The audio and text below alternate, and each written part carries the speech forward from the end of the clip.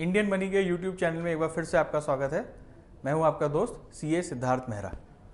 दोस्तों, हमने पिछले कुछ वीडियोस में डिस्कस किया है क्रेडिट कार्ड के बारे में, म्यूचुअल फंड के बारे में, फाइनेंशियल डिसिप्लिन के बारे में।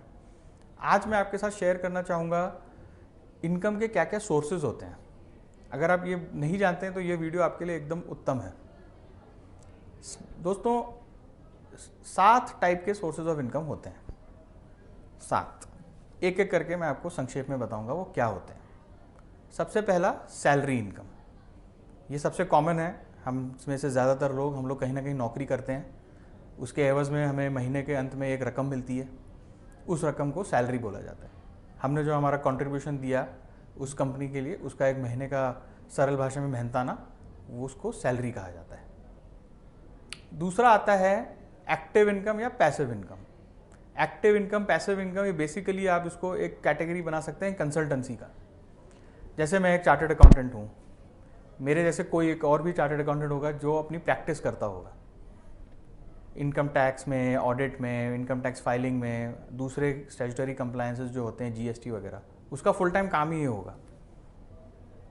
उसको एक्टिव इनकम बोला जाता है, प्रैक्टिसिंग चार्टर्ड अकाउंटेंट। या कोई जैसे इंजीनियर है या कोई है जो ब्लॉग्स लिखता है, फुल टाइम जिसका ये काम होता है। पैसिव इनकम, बहुत सारे हम में से ऐसे लोग होते हैं या जो सैलरी, जिनकी बेसिक मेन इनकम सैलरी की है या बिजनेस में है, लेकिन वो दिन में कुछ समय निकाल लेते हैं, 1 घंटा, 2 घंटा, 3 घंटा, और उसमें वो इस तरह के व्यवसाय करते हैं। कहीं कंसल्टेंसी दे दी, कहीं कोई ब्लॉग लिख लिया, कहीं वो शेफ़ हैं या कोई वीडियो बना लिया, उससे जो उनको इनकम हुई वो भी एक तरह से ब्रॉडली मैं इस कंसल्टेंसी कैटेगरी में डालूंगा। उससे जो इनकम होती है, एक जो फ़ी मिली मुझे, वो पैसिव इनकम में आ गई। So active income, passive income, basically इस कैटेगरी में कंसल्टेंसी हम जिसको बोलते हैं उसमें वो आ जाता है। तीसरा होता है प्रॉफिट इनकम। हम में से इस दुनिया में बहुत सारे लोग, ज़्यादातर लोग बिजनेसमैन हैं, बिजनेस करते हैं अपना। किसी के पास फैक्ट्री हैं, मिलें हैं, कोई ट्रेडर है, आपके घरों के नीचे आप देखिए किराने की शॉप होगी, आयरन वाला होगा, अभी तो कम हो गया है, लेकिन किसी की मान लीजिए गेहूं पीसने की चक्की है, इस टाइप की स्टेशनरी शॉप। कोई भी आपने माल खरीदा या कच्चा माल खरीद के उसका कुछ बनाया, आपकी जो लागत आई उसको खरीदने में या बनाने में, उससे आपने कुछ एक अमाउंट ऐड करके उसको बेचा। सो मान लीजिए आपने 100 रुपये में कुछ सामान खरीदा है या बनाया है, बट आपने बेचा है उसको 120 रुपये में, तो जो 20 रुपये का जो फ़र्क है वो बेसिकली आपकी प्रॉफिट इनकम है। चौथा आता है रेंटल इनकम। रेंटल इनकम क्या होता है? आपके पास कोई एसेट है, मान लीजिए आपके पास कोई घर है, या आपके पास कोई वेयर हाउस है, या आपके पास कोई ऐसी बहुत बड़ी मशीन है जिसको आप किसी और को यूज़ करने के लिए देते हैं। रेंटल इनकम में घर को किराए पे देना है, सबसे कॉमन है।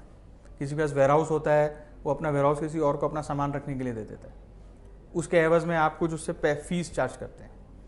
जैसे मैं किराए के मकान में रहता हूँ, मैं हर महीने अपने मकान मालिक को कुछ फ़ीस देता हूँ या किराया देता हूँ एक अमाउंट का, वो उस इंसान के लिए रेंटल इनकम है, जो अमाउंट उसको महीने का मिला। ऑफ कोर्स जिसके पास ये इस तरह के एसेट हैं, सबसे पहले उसको वो एसेट खरीदना भी पड़ता है, उसके पास जो पैसा है उसको इन्वेस्ट भी करना पड़ता है, तब जाके वो एसेट उसके पास आता है, या उसको बनाना पड़ता है, और उसके बाद ही वो उस पर किसी और को यूज़ करने के लिए दे सकता है, जिसके बदले में उसको रेंटल इनकम प्राप्त होगी।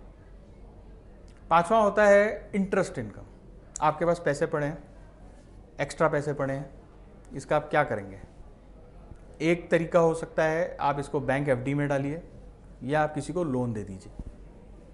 आपने अपना पैसा दिया बैंक को या किसी को लोन में उसको यूज़ करने के लिए, उसके बदले में आपने उससे एक रकम चार्ज की एक पर्टिकुलर दर पे, उसको क्या कहा जाता है? Interest income. जैसे आपने बैंक में एफडी डाला, आपको 7% अगले 2 साल के लिए इंटरेस्ट मिलेगा, या आपने किसी को लोन दिया ये कह के कि मैं सालाना तुमसे 10% इंटरेस्ट चार्ज करूँगा, तो ये जो 10% जो आया या 7% जो आया, वो आपका इंटरेस्ट इनकम हुआ। छठा होता है कैपिटल गेंस। आपके पास पैसे हैं, अब आप इसको लोन में नहीं दे रहे हैं या इसकी एफडी नहीं बना रहे हैं, आप इसको कहीं और इन्वेस्ट कर रहे हैं। जैसे म्यूचुअल फंड खरीदा आपने, शेयर्स खरीदे आपने, आपने कोई प्रॉपर्टी खरीदी, आपने गोल्ड खरीदा एक पर्टिकुलर रकम पे, मान लीजिए आपने 100 रुपये का गोल्ड खरीदा, इसको आपने अपने पास रखा 1 साल 2 साल 3 साल। अब ये 100 रुपये का जो गोल्ड है इसकी कीमत आज से 3 साल बाद 150 रुपये हो जाती है और आप इसको बेच देते हैं 150 रुपये में। तो ये जो डिफरेंस है 50 रुपये का, ये आपके लिए कैपिटल गेन हुआ। क्यों? क्योंकि आपका जो एसेट है उसमें एप्रिसिएशन आ गया है। वो जो एप्रिसिएशन की जो रकम आपको मिली, ये गेन, इसको कैपिटल गेन कहा जाता है। सिमिलरली म्यूचुअल फंड, आपने 100 रुपये के मान लीजिए म्यूचुअल फंड खरीदिए, 2 साल बाद आपने उसको 125 रुपये में बेच दिया, तो जो 25 रुपये आपने एक्स्ट्रा जो कमाया बेचने के बाद, वो आपका कैपिटल गेन है। आखिर में 7वां रॉयल्टी। मान लीजिए आप लेखक हैं, गीतकार हैं, आपने कोई ऐसी चीज़ बनाई है जो आप किसी और को यूज़ करने दे रहे हैं, आपने एक बुक लिखी, वो बुक आपने छपवाई, वो बुक खरीद रहा है कोई, बहुत सारे लोग खरीद रहे हैं आपकी बुक।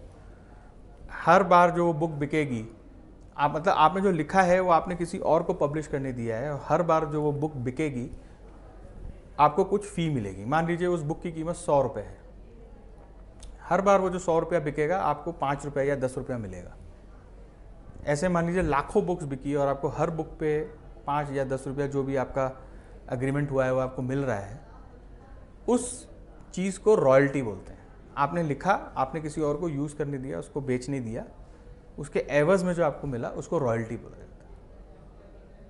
तो इंतज़ार किस बात का दोस्तों, इतने सारे सोर्सेज ऑफ इनकम है, शुरू हो जाइए।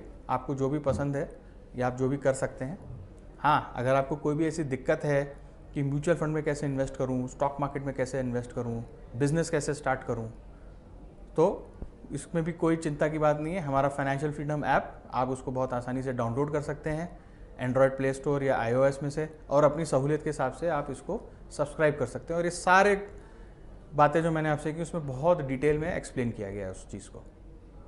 और अगर आप मेरा कोड S मेहरा यूज़ करेंगे तो आपको 2000 रुपये तक की स्कॉलरशिप भी मिल सकती है, यानी आपके सब्सक्रिप्शन में करीब 2000 रुपये तक की छूट आपको मिल सकती है। तो फिर इंतज़ार किस बात का, प्लीज़ डाउनलोड करिए। अगर आपको मेरा वीडियो पसंद आया, इसको प्लीज़ लाइक करिए और शेयर करिए। अगली बार के लिए अलविदा, आपसे दोबारा बहुत जल्द मिलूँगा। धन्यवाद।